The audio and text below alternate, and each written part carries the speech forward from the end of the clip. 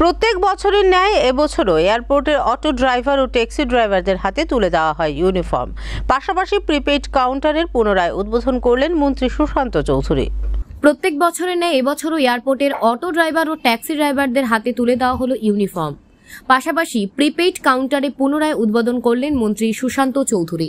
এছাড়া উপস্থিত ছিলেন পুলিশের অতিরিক্ত ডি অনুরাগ সহ পরিবহন দপ্তরের সচিব ও এয়ারপোর্ট অথরিটির অধিকর্তা সহ অন্যান্যরা। ভাবেই এই রাজ্যের উন্নয়ন করতে হবে বন্ধুরা।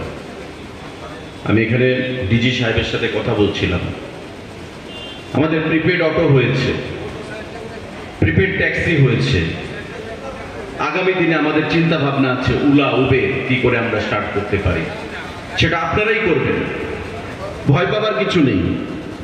এখানে অনেক পরিবহন বন্ধুরা আমার কাছে গেছিলেন, কথা বলেছেন, আমি তাদেরকে বলেছি আপনারাই গাড়ি কিনুন, আপনারা গাড়ি কিনে সেটাকে উলা উবেরে কনভার্ট করুন।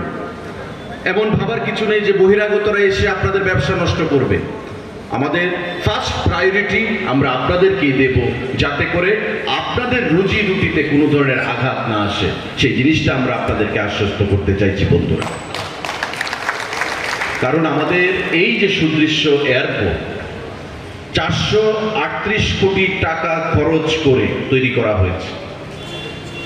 বাইরে থেকে যে কোনো ব্যক্তি আসুক না কেন, এসেই বলেন ত্রিপুরা রাজ্যের এন্ট্রি পয়েন্ট হচ্ছে এই এয়ারপোর্ট। এই এয়ারপোর্ট এত সুন্দর, তবে রাজ্যের মানুষ এবং রাজ্য নিশ্চয়ই আরো সুন্দর হবে।